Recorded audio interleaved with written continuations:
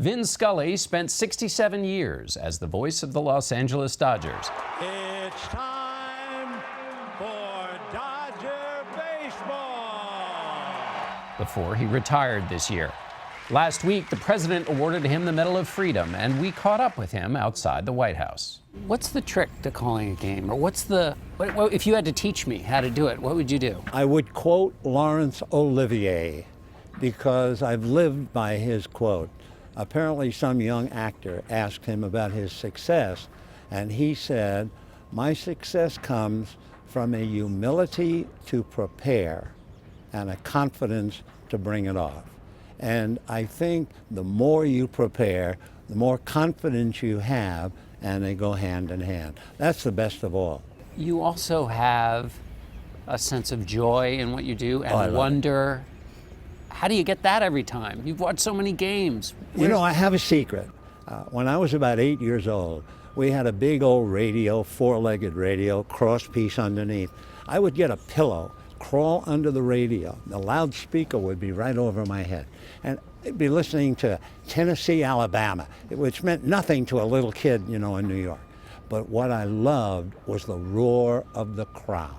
And so when I do the game, 0-1 to Charlie, my philosophy is do it quickly, call the play accurately, and then shut up. And for a little while, when that crowd is roaring, I'm 8 years old. When Hank Aaron hit that famous home run, you called that. Yes, I was. Remember that for us. What was that like? Well, it was building up, of course, all year long, and now here we are in Atlanta, and our left-hander, Henry Aaron, is batting against Al Downing, and of course you're wondering about the home run. But I didn't want to prepare anything. I didn't want to think of all the home runs he hit or how many against the Dodgers.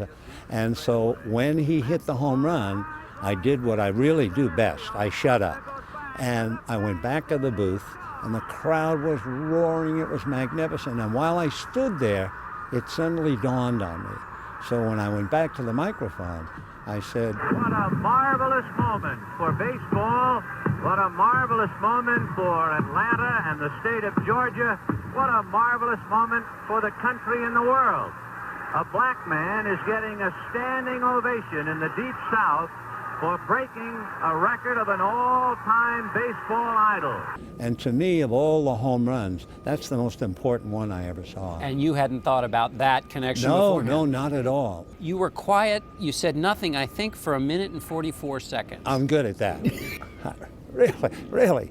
And that was you getting out of the way of the moment. I did not want to get near it. What speaks baseball to you more, the crack of the bat or the snap of the glove? The roar of the crowd.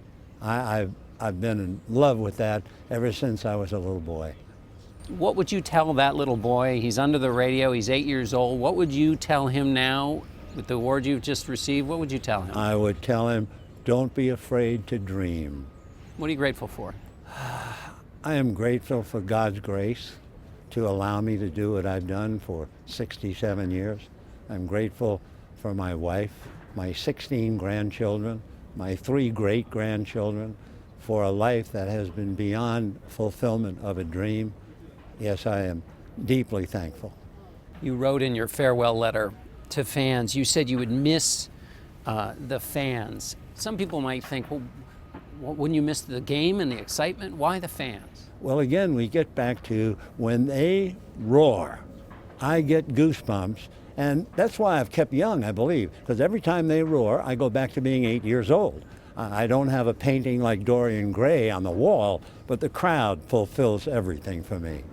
Is there any other moment from your career that when you look back, you say, the Hank Aaron home run would obviously be one. Is there another moment where you say, that was a great moment? I'll be very brief. I was in high school at the time, sitting in the back of the auditorium with the best athlete on campus. We were chatting, and he said, what would you like to do when you get out? And I said, I'd love to be a baseball announcer. He said, I'd love to be a baseball player. I said, wouldn't it be amazing if I became a baseball announcer and you became a major league player? It happened. 3 years into my career, he came up to bat. I was on the air, and he hit a home run. And I had to call my friend's home run in the big leagues. And that's why I would always say to kids, don't be afraid to dream, because it can happen. Vin Scully, this was a great pleasure. Thank you, and happy Thanksgiving. John, and the very same to you and yours.